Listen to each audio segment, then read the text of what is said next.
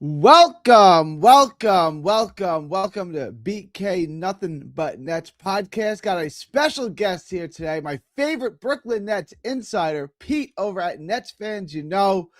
Pete just dropped a really good episode on what we're going to spend a lot of time on. Pete, how's everything going? Introduce yourself and let everyone know where they can find you. Yeah, man, I think you covered it. You can follow me at NetFans, on Twitter and YouTube. I put out episodes about every 2 weeks, maybe every 3 weeks. I talk with insiders, team beat writers, people that work with the team, former players, all that good stuff. And thanks for having me on, Gary. It's good to have you here. There's a couple of things I wanted to get into. I want to spend most of this on well, tell everyone what your last episode was about and drop the link for it if you want. It was a really good episode. So I want to talk about that. Oh, yeah. I talked with AJ from Nets Kingdom about the rumors revolving around the Nets being linked to Tyler Hero and Peyton Watson.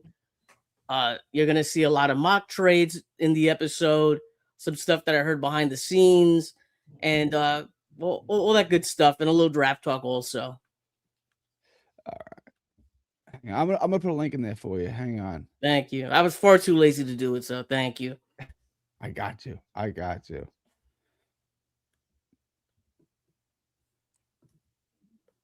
Hang on. What interested while you're doing that? I'll kill the dead air. What interested you about the episode so much that you had to have me on? Well, all right. So you want to start with that? It's in the chat. It's not letting me pin the chat. What is going on today? Why? I don't care. Whatever. You can put it in the description box. I want them to watch this and then go check out the episode anyway. So I'll figure this out. Yeah. All right. Peyton Watson is a name that keeps recirculating. Like I've been talking about Peyton Watson with Dylan for most of the season. I mean, he really emerged this year as a kind of back end of the bench guy to a rotational player to a starter, and then he got hurt. It is a player that appears like it's a Sean Marks player, is it not? I mean, it is a Sean Marks player. So I understand why this would be more than just a rumor, and I understand why the Nets would want him. I just don't see that. I just don't see how it's possible. Why is Denver not going to? Denver's got the bird rights. They can pay him. They can match him. How much are the Nets going to pay Peyton Watson, where Denver says, who's trying to compete for a championship, they still got their Joker window. How much are the Nets going to have to pay him, potentially overpay him, in order to get Denver to say, nah, dog, too rich for my blood? All right. I think starting off, you miss a lot of context here, right? You have to look at their cap sheet. I think they owe like 203 million to like 5, 6, 7 players, 8 players just off jump. So you're already pretty close to the second apron just off the start without re-signing Peyton Watson, which is going to take some money, right? They have Braun's contract coming in, who's another shooting guard. They just signed him to a long-term deal, 25 per last offseason. I think if there's a chance of him being re-signed by Denver, you'd probably want to get rid of Cam Johnson, Braun, or even Aaron Gordon first. But they are competing. So am I going to get rid of Aaron Gordon, who's such a main piece to that team, and have 2 overpaid shooting guards? I don't think so. That would be my first thing. If you can get rid of Braun, that would be great, but they don't have any picks or any assets to really like sweeten that deal up. So that's going to be hard. Cam Johnson, maybe, but he was hurt last season. He's been hurt the last couple seasons if we look at it, right? So that's not going to be easy to get off of. And you make a great point. I said this with AJ. Pete, AJ, why would Denver want to get rid of a young player who's good, who's breaking out, when they already don't have their picks and they're not going to get young talent? And the answer to that, I say, in this scenario, it's Denver saying, listen, we want to compete now. Of course, you want to keep Watson, but the number that he's going to get, because there's a couple teams coming at us, is going to be too high for us to move on. If we wind up keeping Watson, then we're really going to be super, hamstrung to the point that we're not going to be able to do anything. We're going to be deep into the second apron. We don't have any picks. So this is pretty much going to be our team going forward unless we trade one of our main pieces. by doing a sign and trade, and that's why I bring up the sign and trade. But go ahead. I see you want to say something. No, yeah. So a couple. I just posted a link. I've read multiple reports on this. This is just one from Denver Sports that their offseason priority is keeping Peyton Watson. That's their. I want Peyton Watson at the right price. Obviously, I don't want to grossly overpay for him. I just like, to me, Denver's got a very finite window with their superstar aging, and Joker. You know, he's not LeBron, he's not Giannis, he's not in peak physical condition, right? He's not going to play this well late into his 30s, you would think, right? Like he's going to age, not great. So their window is very short. They view Peyton Watson as a key piece of what they're looking to do, I think, long-term and short-term, like in the immediate future and beyond beyond Joker's prime. I don't like, unless you're talking about $40 million contract or something like that. I don't see why Denver's not keeping him. I understand the point. I get it. But why can't they go into a second apron for a year and then next year Cam Johnson's contract falls off and they'll have other flexibility? Like, why not go into the second apron for a year? Because Cam Johnson's contract alone is not going to get them out of the second apron. You may understand their salary situation. I don't know their salary situation now, but even so, let's say, okay, they get out of the second apron. They're still going to be in hell, and they're still going to be paying like 2 shooting guards a bunch of money. But listen, AJ was the one who said 70%.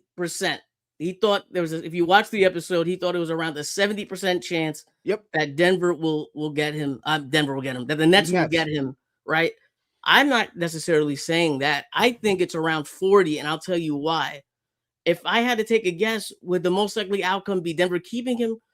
Probably, but if I see a bidding war starting, Denver saying, listen, we want to be competitive, but we also want to be able to have some flexibility. So if another player becomes available down the line, like Watson is great, but like if he's hurt next season or something happens, like that's it, you're stuck. You cannot, I don't know how they would be able to make another move. This way, if you do a sign and trade, and this is a sign and trade that I kind of threw out there, I think it was Terrence Mann, a first round pick. I think I said either next year's first round pick, which is a swap with Houston, or a 2029 first, which is the worst out of these 3 teams: Houston, Dallas, and the Suns. So that's going to be a pick in the 20s. The worst of the 3. The worst of the 3. Okay. The worst of not the best, the worst of the 3, right? All right. And I think I added in like the 33rd overall pick in this draft. Okay. I think that's a good deal because you're getting off of a contract in Terrence Mann. Terrence Mann is not a contract that's going to kill them. They keep flexibility. They could use him in a trade themselves. He provides probably what they need the most right now, which is defense. At a position, they don't lose the depth at the position, and they wind up getting flexibility by getting either a high second round pick. They could use that on a win now player to add to the roster to improve their depth, or they could take that 29 pick or they could take that 29 pick and use that to try to get somebody else. I don't mind that as a trade for the Nets. And I think it makes a bit of sense for Denver. Terrence Mann isn't and I think Terrence Mann's a little bit underrated. Like I was actually pleasantly surprised with Terrence Mann. Like I think he's a quality rotational guy. He's not Peyton Watson. Like Peyton Watson not anything close. Clearly better on both sides of the ball than Terrence Mann. Clearly. But that's why you're not going to be paying like 30 million, 25 million, right? Right. So here's the question. I mean, the question to me is I like Peyton Watson. Obviously, there was a massive step. I do think he should have been in contention for most improved player. What's the bottom line? Like, out of the dealership, how much is Peyton Watson going to cost me? Well, we look at last season. Like, how do you rate Christian Braun compared to him? I would rather have Peyton Watson. Braun got 25 mil per year for 5 years. Last year, yeah. So it goes up every year, and I would rather have Watson. We're looking at 30 million? I think around 30 million. I think 25 is the absolute floor. I think 20, because you got to keep in mind, like, The way that I'm thinking about this 30 mil, and I see a lot of people giving me a lot of pushback, which I'm kind of surprised a little bit because, look, you have the Lakers are probably going to get involved. I think they said the Bulls are going to be involved. So there's going to be a bidding war, possibly. Plus, Denver has to look at this contract and be like, listen, we don't want to match this. Like if it's a $20 million deal, they're going to be like, of course, this is like a dream. Like we just paid 25 mil for Braun and we're getting this guy at 20 mil. That's you know what I mean? In my mind, that's like an automatic match. Who's better? And I'm going to mention this, and I'm bringing this name up later. Tyler Hero or Peyton Watson? Hero is the better player. Watson is the better long-term fit for sure. Hero makes 31. That's why I brought that name up. Quickly Hero's also an all-star and older, right? Quickly makes 32 and a half, right? There's a lot of guys here. Jalen Suggs makes 35. I think 30 million is actually a pretty team-friendly deal. That's what I'm saying, but people are attacking me for it. People hear that number and it sounds outrageous. 30 million ain't what it used to be. I know I feel like my grandfather here, right? But 30 million ain't what it used to be. You have like Steph making what, like 60 million, 70 million?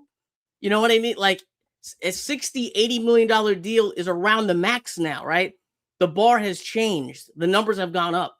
So if you look at like a $30 million deal, $40 million deal, which maybe like a decade ago was like the max, it's not the same. And people aren't like catching up with that, I think. What I want to ask you is about the length of the contract. Is this a 2-year deal? Is this a 4-year deal? How many years are the Nets going to want to invest in Peyton Watson? Is this just something that to, fill the void now? Or would the Nets want him long-term as a key piece of the rebuild? Well, I think if you're doing all of this, if you're making the sign and trade, I think you're seeing him as a long-term piece now. And he's 23, because I think that's the most enticing point that I can make with this, that he's in perfect alignment with the rookies from last season, right? They're 4 years off. So you're going to have Peyton Watson at 28 years old. You're going to have Yegor like at 24. So they're going to be all in the same range, or, something like that. They're going to be all in the same range. And how long would a contract be? Like, Lord, do I know? Because, like I said, might be a bidding war. Maybe there's just one team, Denver, that's going to be looking to match.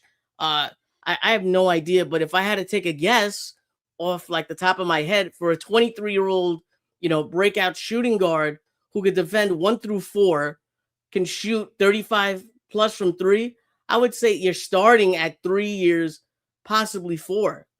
Like Braun got a 5-year deal, and we both just said that we'd rather have Watson. So let me then ask you. All right, so if you're going to invest, let's say $100 million at a bare bones minimum into this guy, how much does he change your team? How much does he change like the direction of your franchise? How much does he move the needle? I think one thing that you missed from the episode was that I said I think this scenario works out more if you're getting Cam Boozer. Yeah, right? I wanted to, yeah. If you get Cam Boozer, this looks more, more likely. This path looks more likely, because if you wind up getting AJ DeBanza, why would you go for Peyton Watson? You probably don't at that point. So it depends. Like, how much can he make a difference? I think you look at the roster after drafting Boozer, getting Watson. I like this lineup of Claxton / center. Maybe they move off Claxton, get somebody else. But we'll say Claxton right now, Boozer, MPJ, Watson, and either Yegor or Nolan at point guard. You got 2 guys in MPJ and Watson who could shoot 35 plus from 3. Watson can defend. Claxton gets a little help from Watson, and we can see what Boozer's going to do. But I think Boozer has a little upside on defense when he starts losing the weight and he starts getting like NBA workouts compared to, a college season. So I want to. Leaf is saying 2 years, 30. Is he saying 15 per because he's saying 3 for 40? So is he saying 15 million per year? That's not going to do it. Like Denver will just keep him at that point. Like you're not getting him away from Denver if you're giving him 13 to 15 million dollars a year. Like that's not going to work. You're going to have it. You know what I'm saying? Like you're going to have if you want to get away from Denver, in my estimation, is you're going to have to overpay him. Like, who's better at basketball, Peyton Watson or Mikal Bridges? Peyton Watson, right? Bridges got 40 million. Now, I know that's a different situation, but like, you're not getting him on the cheap. 15 million is what Terrence Mann makes. Like, you know, like we both said, there's a significant impact on both sides of the court from Terrence Mann to Peyton Watson. So I like, if that's all you're willing to pay him, that's fine. Just know that you're not going to get him, Leaf. Like you're not getting him at 40 I think he means maybe per year. 2 years. Okay. I mean, that's a lot. I think he means per year. I don't think is that trade Claxton yesterday. All right. Let me address that because I do want to address that. I want to transition back. Is this the offseason where Claxton finally gets moved? Oh man, I don't know. I don't know. I really don't. But if I'm Claxton, I'm probably tired of losing. So, you know, if there's an opening, like Clippers have an opening at center. They have Lopez right now. He's a free agent. If they want a long-term fix, I could see that happening. The Lakers seem to be in the need of a center, possibly. I don't know how much they want to keep Ayton, but I don't know. If you're going to trade Claxton, I guess this might be the time to do it. But I don't know how much value is out there for Claxton. I think he's at least worth the first. I was talking to a writer, and he told me the Nets would have to give up a first to get off Claxton. So it's like, is he worth a first? Is he in the negatives? You know what I mean? If the Nets do get Boozer, I'll tell you this. If the Nets get Boozer, I really would like to move off Claxton because on offense, that's Boozer's role is going to be that guy getting the ball at the elbow, kind of running the offense. And on defense, I want someone who's going to help Boozer a little bit better than Claxton might be. I feel no, I'm with you. I want to get off of Claxton either way. I've been trying to get off of Claxton for 2 years and they've not done it. And Sean Marks is not the most aggressive guy. He doesn't really push for moves. He waits for things to fall into his lap. And it worked out with the Cam Johnson trade. I'll give him that. You know, being patient there worked. But like they always say, you know, good things come to those who wait. No. They only get the things left behind from those who hurried. Right? Like and I think that's like Sean Marks' biggest problem is he did it with Dorian Finney-Smith. Now he's doing it with Claxton. I don't even know how we're going to get off of Claxton. Every day Claxton steps on a basketball court, his value seems to go down. You know what I'm saying? 2 years ago, this guy was viewed as a top 75 player in the NBA. All the GMs voted him as one of the best 75 players in the NBA. No one would think that now. And like every day, this season defensively was abysmal. It was a little bit. I don't think it was abysmal.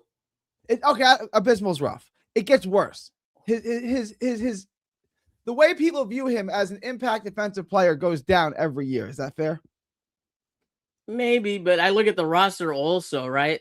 Mm-hmm. I think he plays his best when he has a power forward who could help clean up the boards, right? Someone that could rebound when Claxton has to defend that perimeter player.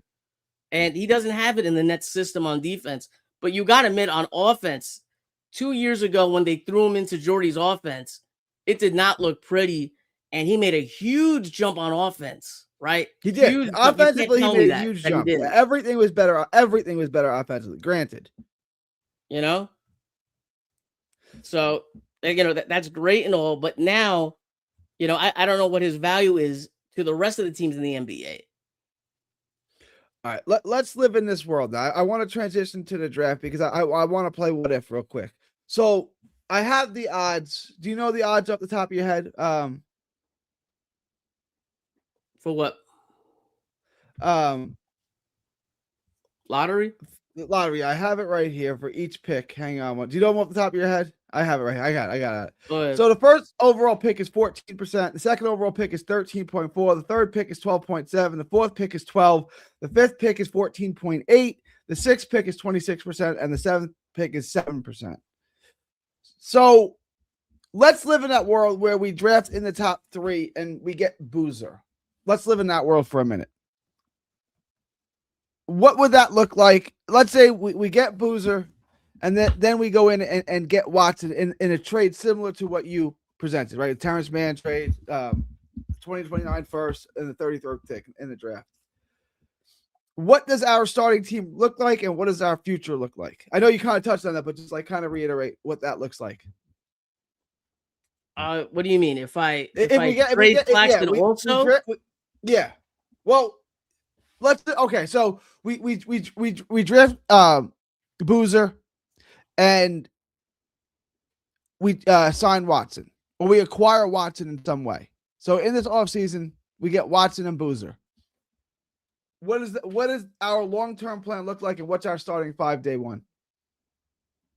You put me in a spot with the center because I have no idea what they would do at center at that point. So I'm gonna have to. I gotta leave that blank because I have no idea. Yeah. You know what I mean? Could they sign like this? Was just off the top of my head.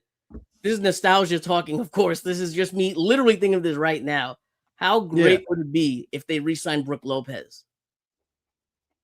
The Nets or the Nets. Clippers? Yeah, the Nets. They trade Claxton, and then you get like I would be smiling. I don't know if it's a great fit, but whoa, that would be interesting, right? That would be interesting. But this is what I'm going to say. I'm going to say center position, Boozer, MPJ, Watson, and then either Nolan or Yegor. If I'm thinking, with how about I say this? Thinking basketball wise, you probably put Nolan there because I think he's the long-term point guard fit. But if I'm looking at this politically, with Yegor being the 8th overall pick last year, then you probably would want to start him at point guard, even though I see him more as a wing. Yeah, that was my next question. Is what position does Boozer play? Oh, Boozer's power forward. Power forward for sure. Okay, yeah, easily. Okay. I guess so. I mean, where else would you play him? Right? What are you going to do? Put him at small forward? I guess not. Is that what you're thinking? That was a thought. Is he a 5? He's not a 5, right? I don't think so. That's what I was thinking that before too. I'm like, is there any way you could sneak him at the 5? And I'm not a draft guy, but the people that I talk to, they're like, I don't think so. I don't think that's a 4. But you know what? With Sean Marks liking to play the small 5, you never know. So that was my other thoughts. Like, well, Marks likes to go small. He's still stuck, in 2015, 2018. So wait, let's play that out then. So let's say Boozer at center, MPJ at the 4, Watson at the 3, Yegor at the 2, Nolan at the 1. Yeah. I don't think that's crazy. I don't know how that's gonna work, defensively, but if Watson is gonna be like literally on an island. Defensively, I mean, you're going to get bodied by big, strong centers, but you've been doing that anyway with Claxton, so that's not going to change much. Defensively, it's okay. Where it's going to get dominated is in the paint and on the glass. Like, that's going to be an issue. No, you're going to get killed in the perimeter. You're going to get killed in the perimeter too with that backcourt of those two young kids. I don't like. Okay, you got Watson, who's versatile defensively. Watson would be at the 3. Keep in mind over here. All right, understood, but. Okay, Yegor could guard the 3s, and Traore and Watson could guard the guards. You know what I'm saying? Like, because you got a 6'8" point guard. When you have a 6'8" point guard, you can move him around a bit defensively. And was Yegor really that bad defensively? Listed? Yes. Oh my God. Right. Have you watched the game? That bad where he's unusable. Like, I think how bad he was defensively was a little overstated. I don't think Cam Thomas was bad. Yes, I think Cam Thomas was egregious. Then you think Yegor is bad too. So you think they're defensively, their defensive prowess, their defensive impact on the game. You think Yegor is close to as bad as Cam Thomas? Or I wouldn't say as bad. Close to it, as bad because of his size. Yeah, but like It's the mobility. I'm with you. I hear you. That's but the he's issue. long. Yeah. Has the size though. Yeah. Cam Thomas was really, really bad defensively. Like really He was. bad. He got caught up, especially in the pick and roll. Yeah. All right. And then Troy's got the foot speed. I know he's Troy. I feel like Troy can become a fine defensive player. I'm not going to say he's going to be a defensive stopper. He's not going to be Marcus Smart or Rondo or any, but like, why can't Troy with time become an adequate defender? Like, why can't he's got the speed, he's got decent size. Why can't he defend his position?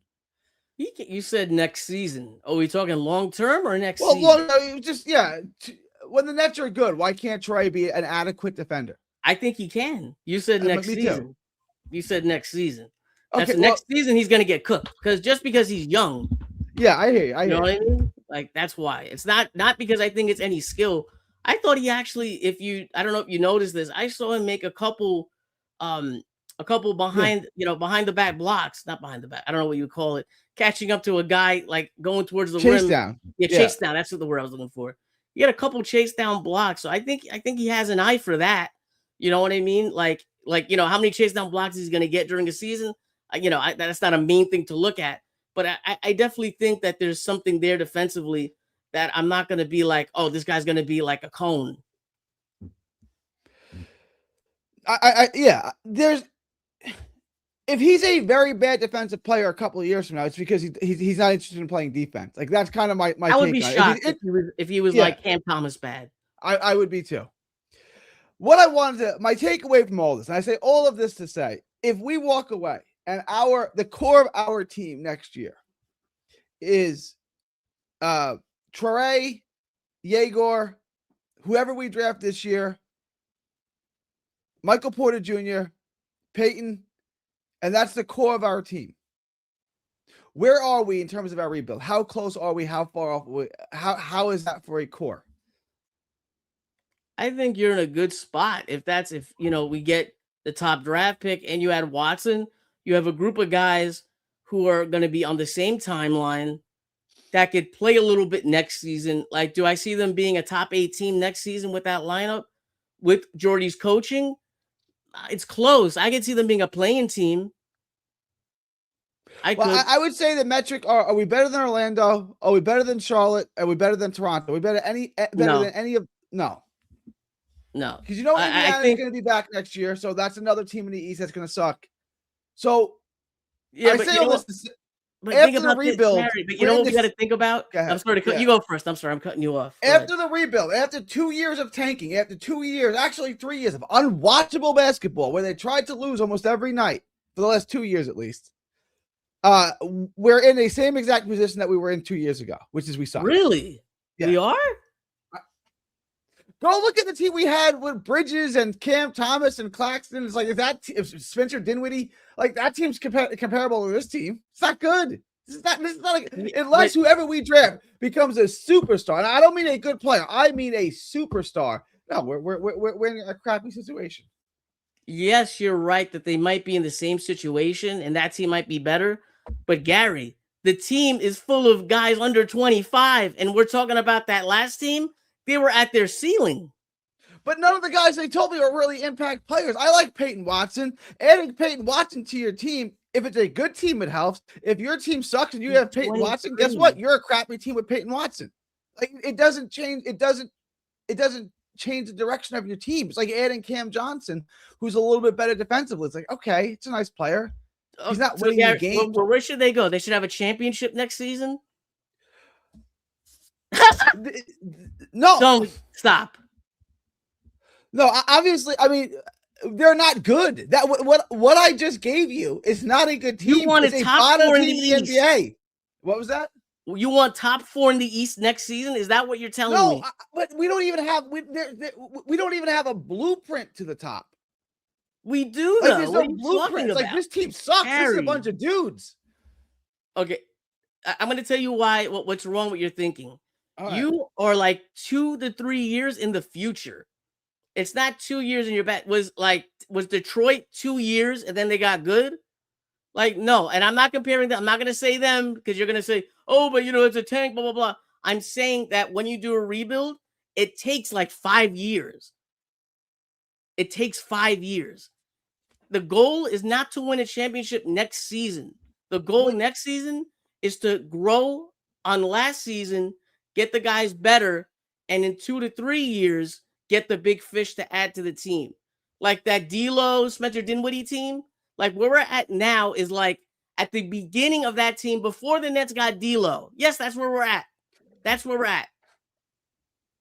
That team wasn't good. I love that team. That team won 43 games. Like, it's not like, and they won 1 game in the playoffs. Like, I love that team as much as the next man because they were surprising, because they shocked us. That wasn't a good team. That wasn't a competitive team. That wasn't a team that was on the come up, that was going to compete. It wasn't like Drazen and Kenny in DC. It's like they shocked the world and won 43 games and won 1 game in the playoffs. It's like I'm not comparing that. I'm saying timeline wise, that's where you're at. That's what you're looking at. Yeah, I just look at this and like more than likely we're going to end up with the 6th pick in the draft. So we're not going to get Cam Boozer. We're going to end up with Acuff or Keegan or someone like that. Okay, another dude, good player. Like we have absolutely nothing. That's why we need to be in the top 4. I agree. We have nothing. So after, which I was against, after all of this, after destroying your franchise to the point where nobody wants to play there, at the end of all of that, no one you have wants nothing. To play here? Nick Claxton wants out. Like, who's okay? Go sign somebody. Let's see who you can sign. Let's see who wants to come to Brooklyn. I think anybody would take the money, like, right? I don't think that's... You're going to have to overpay somebody. In order to get anyone to come here, you're going to have to overpay them. But why would you do that? Like, that doesn't work with the timeline. You're 2 to 3 years So we're not going to be good now, and we're not going to be good in the future. Harry, that was the how problem. long does it take? Yegor is 19 years old. He's going to be 20 years old next season. How many times do you look in the playoffs and be like, wow, that's a competitive team. They have like their main 2 guys, you know what I mean? Like 2 guys in the starting lineup are 20 years old. You're going to they have to develop. Yeah. But like Yegor is fine. I like Yegor. What is his ceiling? Like, what is, like, I mean, that's a fair argument now. Now we're talking realistically. But that's what I'm saying. None of your players have ceilings. Like, none of them have high ceilings. You just can't see the ceilings. Okay, what is maybe I'm wrong. Maybe Traore is the next Tony Parker. That's the comp. No, I doubt it. Spencer Dinwiddie. Okay, I told you. Well, you know what I'm gonna say. I see him as a Spencer Dinwiddie, right? That's and saying this is like my realistic possible outcome. Not saying 100% he's going to be a Spencer Dinwiddie, but that's something that I could see when he develops in a couple of years. Not tomorrow, not next season. Probably not even in 2 to 3 seasons. When he gets into that role, that year that he's in the NBA, 3-4 years in, I think you see something similar to a Spencer Dinwiddie type player. Yegor, like I get it. We picked 8th last season. We had a shitty year this season, and there's no face of the franchise. That's terrifying. And if they don't get in the top 4, oh my God, it's going to be, people are going to be pissed, and rightfully so. But I still don't go against the tanking thing because it's never to get the best player. The goal of tanking is to give you in the best position to draft them, right? And to answer your question for Yegor, is he going to be an all-star? Maybe not. I don't know. But I could see him in a best case scenario being like a number 2. I see him being like a number 2, number 3. I say this, and I have to preface this crazy before I say this. I see him being like, to Steph Curry, he could be a Klay Thompson, a Timu Klay Thompson in a best case scenario where you have AJ DeBanza as the lead man, and you're gonna have Yegor be like, the Robin to the Batman. That's what I see in a best case scenario. Speaking of Klay Thompson, my wife is a flight attendant, and Klay Thompson was on her flight the other day from LAX to DFW. Said he was a super nice guy. Should have asked her for a shout out for the podcast. She's not. It's not really. I know you're not allowed. Obviously, yeah. All right. I look at the You team. want to win, but it's not going to happen. I don't understand. I don't want to relitigate the tanking thing with you. You were for it. I was against it. We can take it to this I part. I don't want to. Forget I don't want the to tanking thing. It's when you want. When's the next? Now we're talking about when's the next time you see a realistic window for them to compete. That's what we argue about next. Here, so let me ask you this question: is anyone on this team currently, not forget who they draft, currently on the team as of today, who you think will be on the team when the Nets are a 50-win team? So when you say 50-win team, let me see. I got to look at the standings. I want to see how many teams actually got to 50 wins this season, and then I'll give you a better. Yeah. Let me see. So 50-win team, that means you'd be in the top 4. So the next time the Nets are in the top 4, how many guys are going to be on this roster? Yeah. How many guys are in the roster? Are you talking about like the main core players or the roster? Anyone on this anyone on the roster today? Anyone on the 2 ways? Anybody who's on this current roster who's on that team?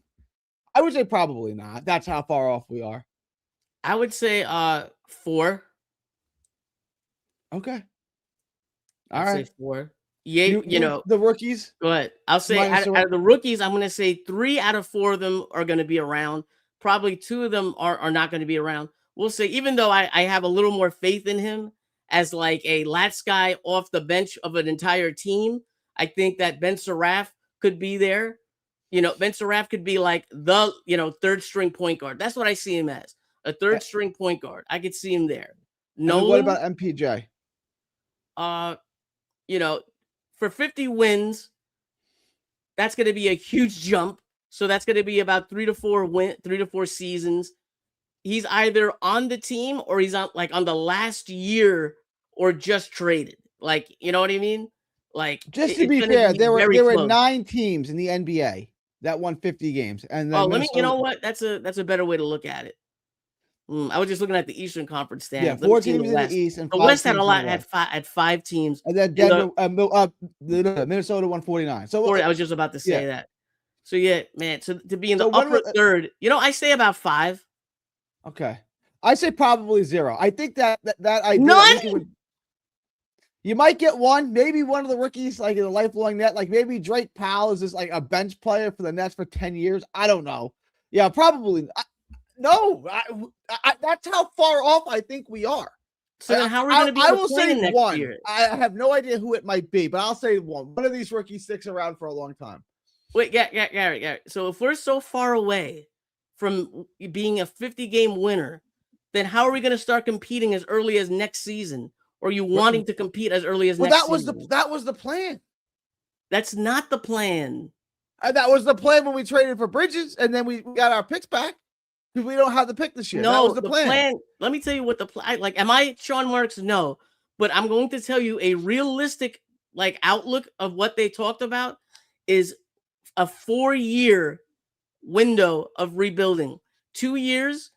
If what just happened, we probably keep on rebuilding if we have our own pick. Now, when I say, are they going to tank like this season? No, but they would probably be in the bottom 10 next season if they had their own pick. But because they don't, and they're afraid that fans are going to start getting fed up, they are going to try to speed things up, which I actually think is the wrong thing to do. I think that's why Watson comes in play, because you have to add something to try to help them a little bit. I don't see a path out of hell here. We have no good players to win games.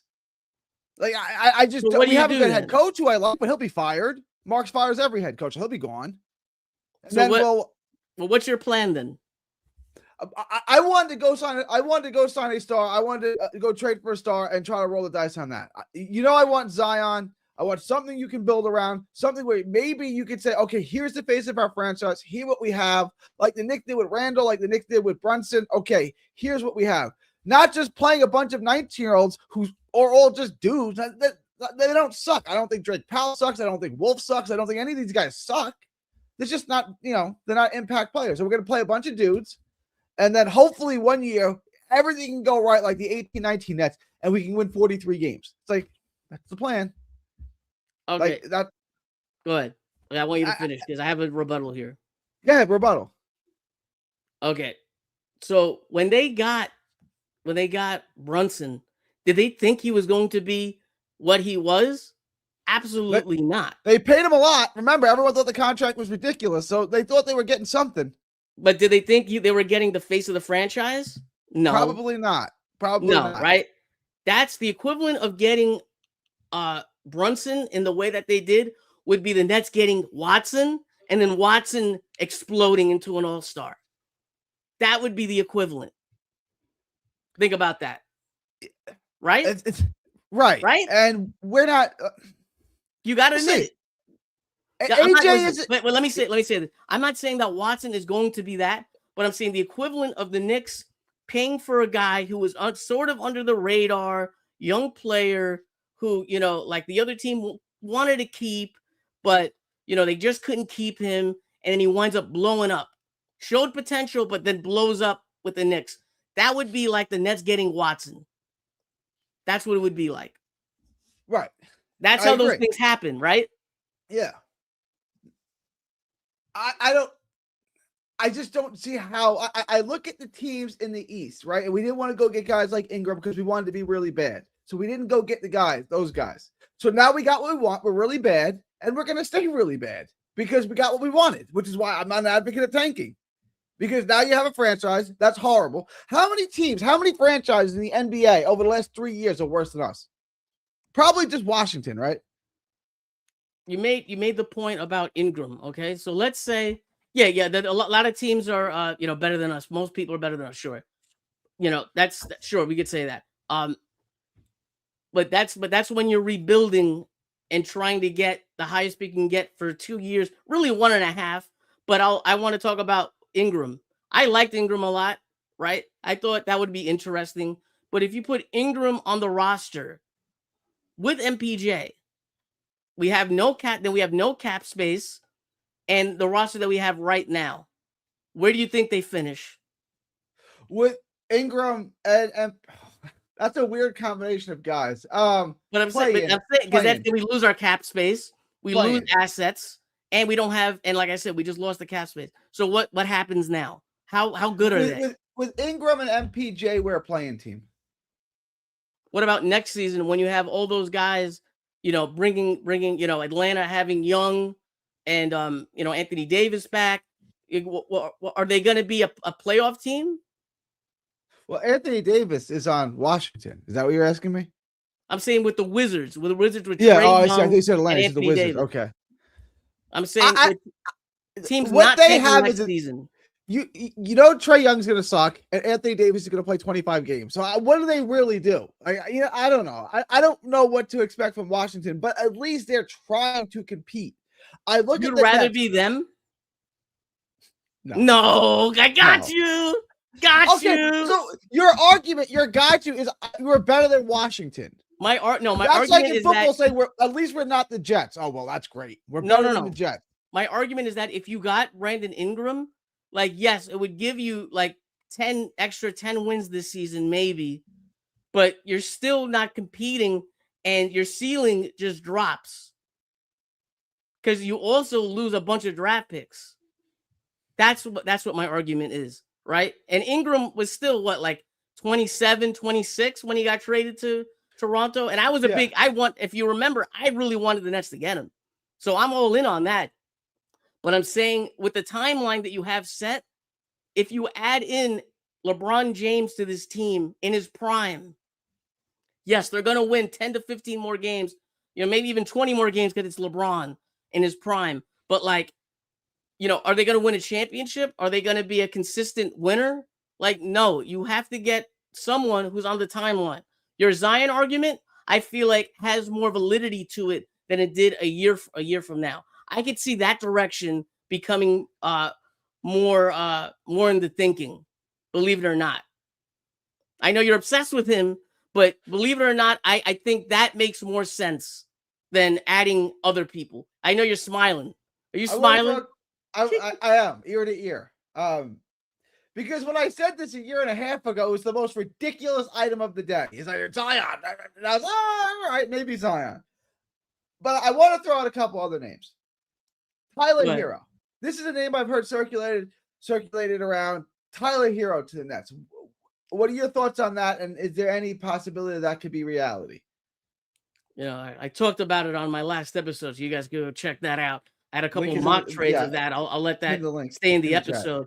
But a chance, I don't see that really happening. It works age-wise, but if you do a trade for him, unless the Magic are like, listen, we don't want to pay the guy, and like it's gonna be, you know, such a small return for them, then you know, I don't see it happening.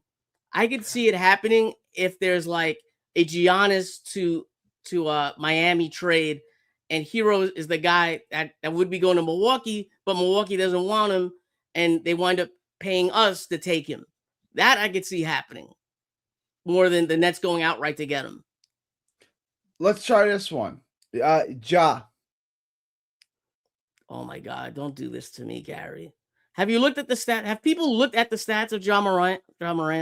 Is he done?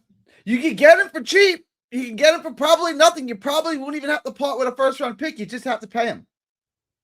All right, let me tell you his stats last season, then we'll talk about this. Okay?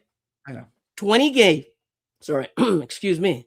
20 games, 41% from the field, 23% from three, 8 assists, a steal a game, almost 4 turnovers, 19 points.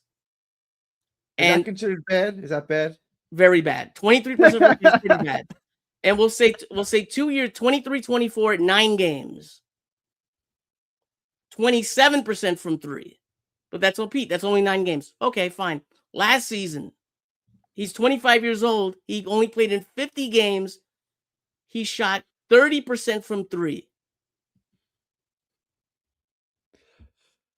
He hasn't shot better than 31% from three in 4 years. Let me try the other two. Paulo Banchero. They're doing things in Orlando, in O-Town. They're making changes. Paulo Banchero. His name is circulated in trade rumors. Any team that talks about trading a big piece, the Nets are going to be mentioned because they got the picks and the money. Paulo to the Nets. What? Your thoughts on that? Man, you know, like you talk about a young star, and that is the only guy that would fit the timeline, accelerate the winning, and you'd still kind of be growing with him, right? Because he is so young. You know, he's not a great three-point shooter, but he definitely is like a young star. I think most people can agree with that. I look at the Magic roster. They just got what's his name? Desmond Bane, who I'm a huge fan of. I could see it happening if he's like, I want to go to the Nets. I want to go to New York, and I definitely don't want to be here in Orlando. And he leaves them no choice. Orlando's going to obviously do everything to keep him. Is it likely? No. But I could see a scenario, right? You know what I could see, though? I could see them trading Wagner. So this was a discussion point on another Nets podcast. Who would you rather have, Wagner or Paulo? What did you say? This another Nets podcast? I had this debate and I disagree with him. Say the name. Don't Locked On Nets. When they had Slater on with the other kid. Why can't I think of the other kid's name? But proceed. Lucas Kaplan. Thank you. I like Lucas a lot. We got to shout out Lucas Kaplan. He's a good guy and a hard worker. What were the two players? Paulo or Wagner? Who would you rather have? Obviously, you want Paulo, right? That's what I said. They both said Wagner. But I can see why they would say that, though. I could see why they would say that. I think Wagner is cheaper, and let me very quickly look at the stats. And I think he's a better 3-point shooter the last couple of seasons. Actually, he hasn't been. But I think I could see why they would say that. But I think I probably want Paulo just because of the ceiling. The last name, I have to mention it because it's been circulating for about 2 years now. Giannis. Stop it. All right. Last year, it said the Nets were close. They were in discussions for a Giannis trade. That's been reported. Yes, it has, and that's it. And it didn't happen. It didn't. No, That's true. it It doesn't didn't work with the time. You know, but it's it was the same it was thing. being entertained. It was being entertained. You know, will they make a call to see like what the what the price is? Definitely, right? Ryan Lewis mentioned that he's plugged in. If he says it, I tend to believe it. They're definitely going to make the call. The price would have to be so minuscule compared to like 2 years ago that I can't see that really happening. No. I got 2 more questions, and we'll wrap this up. Just about the end of the season, the off season rather. Where do the Nets pick? The draft is Sunday. The lottery is Sunday. The most likely position is 6 for the Nets. They have a 52% chance of drafting in the top 4 and a 48% chance of drafting in the bottom 5, 6, or 7. 7's the floor. Where do the Nets draft? My heart says 2 to 3. My brain says 4 to 5. Yeah, I say 5 or 6. It's the five tease. It's the Nets 5 curse. 5 has been my guess for the entire season. Was they're going to pick 5th? 4-man draft. You're going to pick 5th. Absolutely. Yeah. Absolutely. Or the big 3 happen, and then you get Caleb Wilson at 4. But you know what? If you came to me right now, Gary, it was like, listen, I can guarantee you the 4th slot. I would take it. I would take it right now. Is that because you love Caleb, or is that because you're afraid of what would happen? Okay. I would roll the dice. That's my mentality. I'm a gambler. I would say, yeah, I got a 40% chance of getting 1, 2, or 3. Let's roll the dice. Or 4. I have a 50-50 chance of getting top 4. Let's roll the dice. You know what it is? And this we could do another episode after this, after we know after we know the lottery position and whatnot. There's just point guards after like the top 4, right? And I'm not even mad about taking a guard after last draft, but the talent that I see after the top 4 really like drops off, and it's just like, could I talk myself into Fleming? I think Acuff, I was talking with somebody before. Acuff is a wizard on offense, right? We can see that. We see he has game. But I feel like for him to be able to make the difference that the Nets need, he would have to be on the level of like a Steph Curry to make up for his defense and to be the true face of the franchise that they need. So it's like, it's either you hit a home run with him, or he's going to be, an undersized guard, maybe even like a Trae Young type. And the Nets don't need Trae Young. Nobody wants Trae Young in today's NBA. Like, I'm not. The NBA has kind of evolved from that small shooting, from that small point guard. Not only do they not want Trae Young, he's a negative, which is wild, right? Yeah. I was never a big Trae Young fan, but I never thought that he would be viewed as a negative, as a piece we want to move, that we want to get off from. It's really wild. And I'll go into the conversation that I had with AJ on the episode of, if the Nets are at 5 and you have Boozer or Darren Peterson at 3 still available, what do you do to move up if possible? I would give up like 2 to 3 first to move up. I would. If you believe in one of those guys or both of those guys, to move up from a Fleming or an Acuff to get a Peterson or Boozer, I would pay. I pay the price because I say, you know what? I'm giving up a lot of assets, but I believe this guy's going to be like a Hall of Fame, or perennial all-star. That's what I'm looking at here. I'm going from someone who, maybe is an all-star to like almost a lock of being an all-star, could be a Hall of Famer. I agree with you. I think that's why you accumulate all these picks is to get the impact player that you want. So if you got to trade 3 picks to get up and get Peterson or whoever it may, do it if you believe in them. I hate what they did last year, just letting 5 guys fall to you and then taking whoever falls to you. I hate that as a strategy, especially when you have a ton of picks. Like, go get what you want. I agree. So I would be all for that. I would be all for trading 3 picks to get Darren Peterson if that's what it took. I just don't know. Like, if you're one of those teams ahead of us, why are you trading out of Darren Peterson? That's the question. That's why it has to be like 4 firsts. It's gonna hurt. We're talking that Denver pick.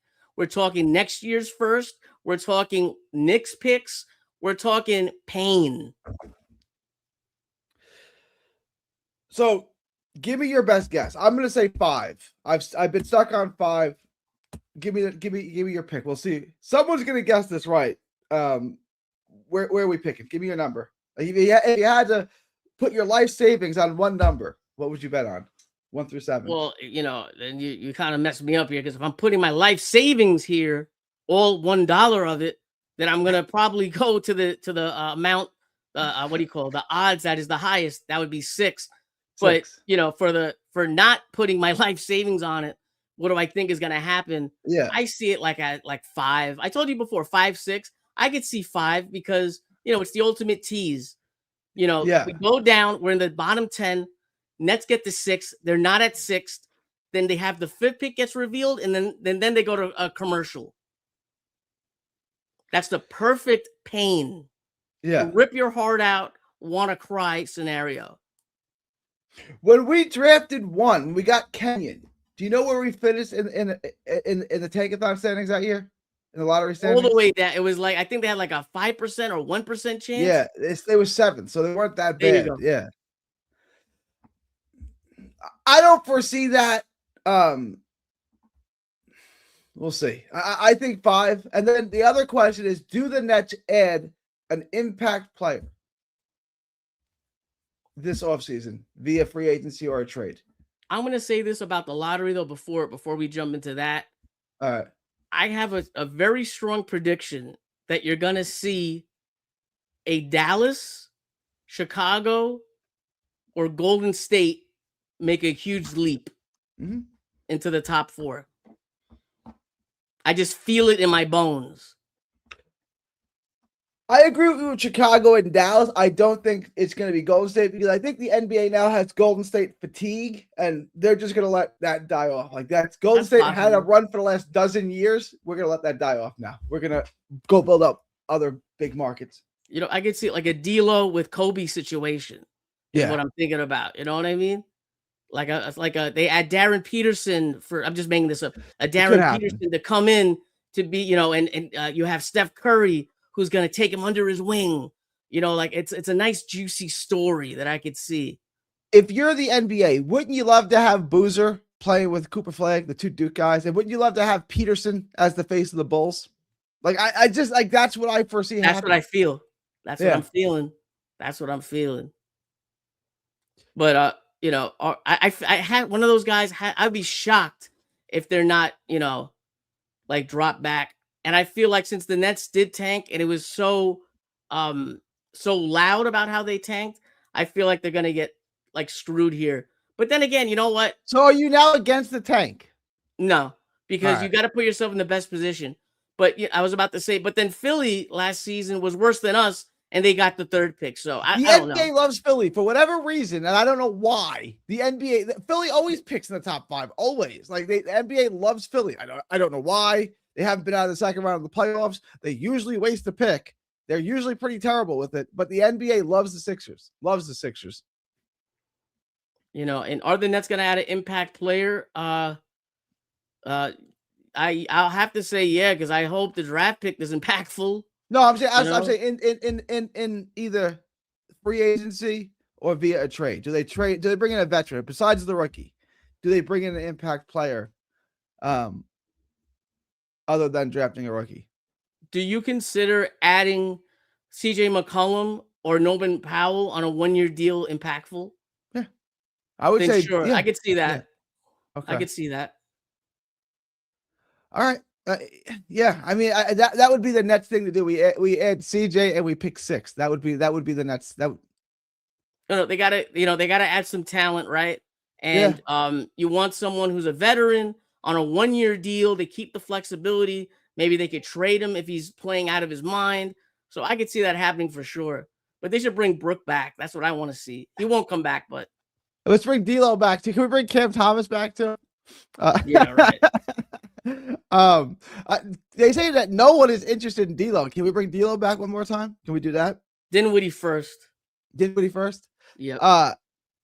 And then how many years until we win 50 games? How many years off until we win 50 games? My answer is going to change after Sunday.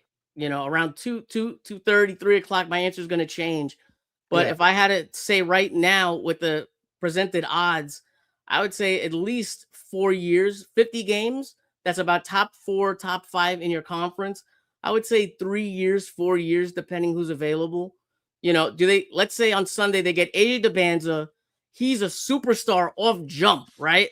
Mm-hmm. And we have a situation of like Kyrie Irving on Cleveland, and he draws back in LeBron James, right? Like I could see that happening. Obviously, it's not going to be someone who was on Brooklyn before coming back, but I could see a star saying, "Oh, I want to play with AJ, MPJ, and those guys."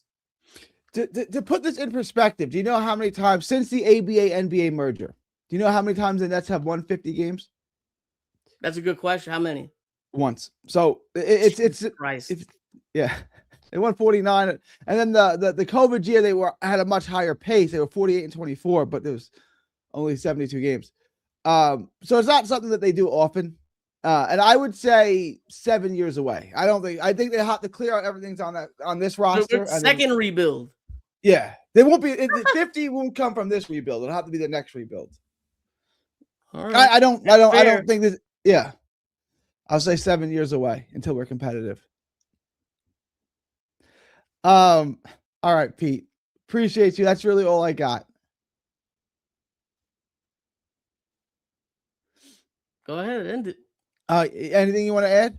No, that's it, man. Check out my podcast, Net Fans, on YouTube and Twitter. On Sunday on Nets Kingdom's Twitter and YouTube channel, we're going to have a huge live stream. You should check that out. I'm going to be there. AJ's going to be there. A bunch of the guys are going to be there. We're going to be bringing up people, and you're going to get our live reaction to the lottery. Hopefully it's a celebration. And if Gary's live, I'll probably join him at some point also. I'll be live with Dylan, and I'll send you a link. I'll come through. I'll come through at some point. Appreciate that, Pete. Appreciate Sorry that. to promote something else. Something right. No, it's all good. But we're all family. We're all community here. It's all good. I appreciate you guys. Pete, for Pete and Dylan, who's not here today, it is May 6th, 2026, from Texas to the world. Thank you, and God bless.